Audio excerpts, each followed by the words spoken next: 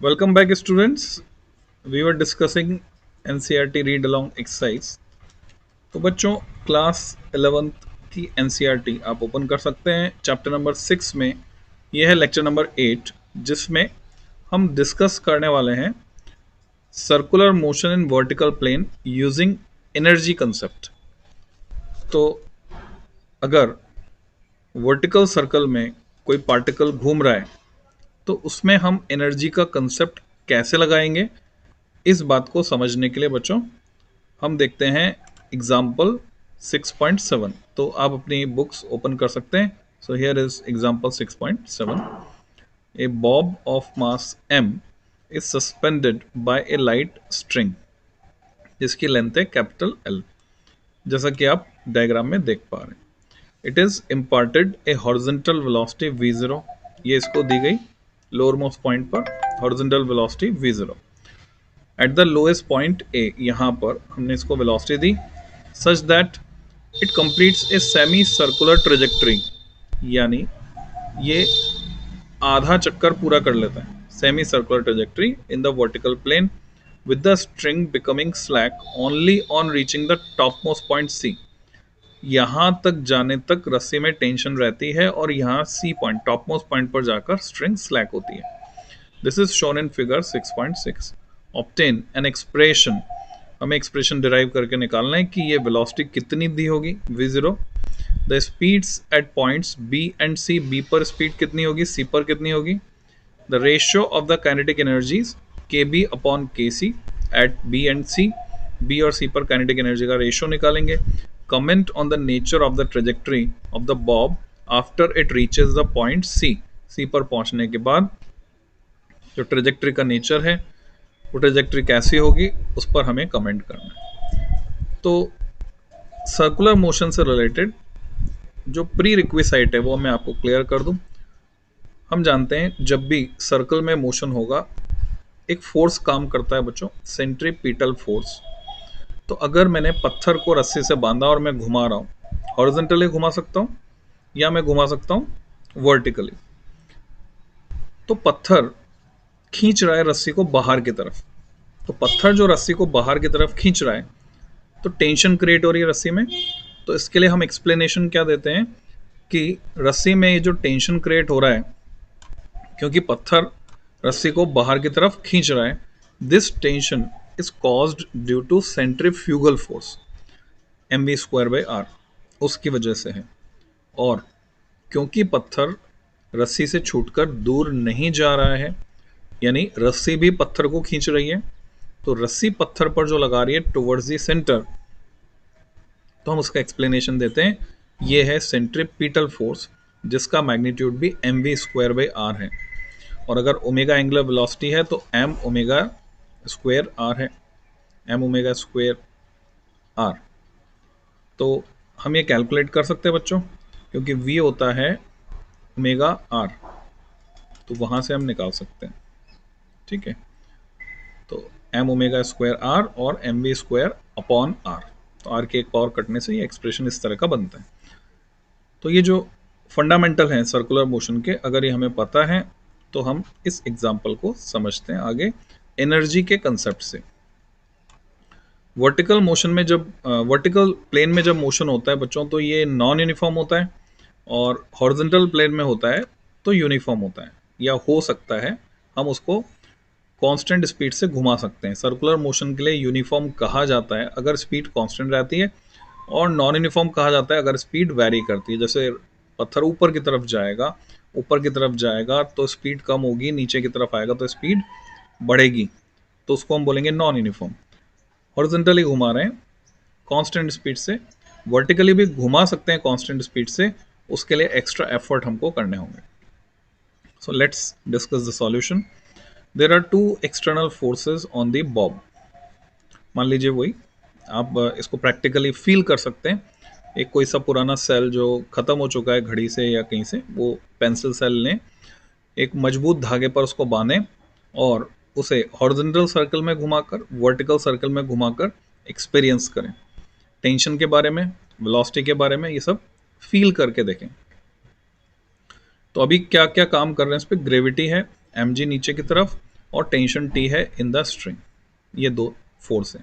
The latter does no work, tension work नहीं कर रही, क्यों? क्योंकि टेंशन और जो डिस्प्लेसमेंट है या वेलोसिटी है, वेलोसिटी की डायरेक्शन उधर ही जिधर डिस्प्लेसमेंट की है, तो उनके बीच में जो एंगल है वो 90 डिग्री है। तो 90 डिग्री एंगल जब होता है तो एफ डॉट एस फॉर्मूले से वर्क डन होता है 0। Since the displacement of bob is always normal to the string, the potential energy of the bob is thus associated with the gravitational force only. तो ये कहेंगे हम, जो कि कंजर्वेटिव फोर्स है। The total mechanical energy E of the system is conserved. Definitely यहाँ पर sound या हीट प्रोड्यूस नहीं हो रही है, तो हम बोलेंगे टोटल मैकेनिकल एनर्जी कंजर्व्ड है। हमने एयर फ्रिक्शन को यहाँ पे नेग्लेक्ट कर दिया। We take the potential energy of the system to be zero at the lowest point A, उसको हमने रेफरेंस मान लिया पॉइंट ए को। तो ए पर हम बोलेंगे सारी की सारी एनर्जी काइनेटिक फॉर्म में है, पोटेंशियल एनर्जी 0 है, यानी equal to half m v zero square. अब अगर मैं इक्वेशन लिखता हूँ जिसको मैं इक्वेशन ऑफ मोशन कह सकता हूँ, तो बच्चों ये हो जाएगी टी ए टेंशन ऊपर की तरफ, क्योंकि ये बड़ा फोर्स है टेंशन। अगर एम जी बड़ा होता तो रस्सी टूट जाती, तो रस्सी हम देख रहे हैं नहीं टूट रही है, मतलब टेंशन ज़्यादा है, एम जी कम है। और ये जो डिफरेंस है ये प्रोवाइड करेगा रिक्वायर्ड सेंट्रीपिटल फोर्स। तो T A minus m g equal to m v zero square by l. या तो हम बोलेंगे it will provide required centripetal force, या हम बोलेंगे it will balance the centrifugal force. Centrifugal force is pseudo force, दिखता नहीं है कि कौन लगा रहा है पर लगता है। स्यूडो फोर्स का कंसेप्ट आप जानते हैं, छद्म बल कहते हैं हिंदी में, जिसके ओरिजिन का पता नहीं है पर फोर्स एग्जिस्टेंस में आ रहा है, तो उसको बोलते हैं pseudo force. Where T A is the tension in the string at A, at the highest point C the string slackens, यानी हाइएस्ट पॉइंट पर टेंशन 0 हो रही है। As the tension in the string T C becomes 0, तो सी पर हम क्या लिख सकते हैं, एनर्जी जो है वो कितनी है, half m v c square plus 2 mgl। अब ये 2 mgl डेटा कहाँ से आया, तो आप इस डायग्राम को देख सकते हैं। एल यहाँ से यहाँ तक हाइट है और एल से मतलब ए से लेकर सी तक की हाइट है 2l, और एम जी एच फॉर्मूला अगर मैं लगाता हूँ तो एम जी इंटू 2l, ये हो गई पोटेंशियल एनर्जी वाली टर्म। सो यहाँ पर एनर्जी हमें इतनी मिली, तो यहाँ से ये इक्वेशन को हमने नाम दे दिया। अब उसके बाद एम जी किसके बराबर है टॉप मोस्ट पॉइंट पर, क्योंकि टेंशन तो वहाँ 0 है। ये तो हमने एनर्जी की इक्वेशन लिखी, ये फोर्स की लिखी, तो न्यूटन सेकेंड लॉ से हम लिख सकते हैं यहाँ पर एम जी बैलेंस कर रहा है सेंट्रीफ्यूगल फोर्स को, या एम जी प्रोवाइड कर रहा है रिक्वायर्ड सेंट्रीपिटल फोर्स। तो m g equal to m v c square by l, C point पर वेलोसिटी, वी सबस्क्रिप्ट सी। अब इन इक्वेशन से जैसे हमें पता है कि m v c square by l जो है वो एम जी के बराबर है, तो एम वी सी स्क्वायर की वैल्यू में लिख सकता हूँ यहाँ पर एम जी एल। तो वहाँ से ये रिलेशन एनर्जी की टर्म बन जाती है 5/2 mgl, और क्योंकि एनर्जी मैकेनिकल एनर्जी कांस्टेंट है तो हम 5/2 mgl को इक्वेट कर देंगे जो ए पर एनर्जी है उससे, और यहाँ से हमें वीओ मिल जाएगा √5gl। और इसको बच्चों अब हम फॉर्मूले की तरह यूज़ कर सकते हैं कि लोअर मोस्ट पॉइंट पर अगर वेलोसिटी होगी √5gl, और इससे हम अपर मोस्ट पॉइंट पर भी निकाल सकते हैं दूसरी इक्वेशन से। तो अपर मोस्ट पॉइंट सी पर होगी अगर √gl, तो ये कंडीशन होगी to just complete the circle, यानी स्ट्रिंग टॉप मोस्ट पॉइंट पर जाकर स्लैक होगी। तो ये दो डेटा हैं जो आप हमारे काम के हैं, हमें डायरेक्टली याद होनी चाहिए कि लोअर मोस्ट पॉइंट पर मिनिमम वेलोसिटी चाहिए √5gl to maintain the circular motion, और अपर मोस्ट पॉइंट पर √gl। एनर्जी कैलकुलेट की हमने, half m v b square plus m g l, कहाँ पर, पॉइंट बी पर, और ये एनर्जी भी इन दोनों एनर्जीज के बराबर होगी।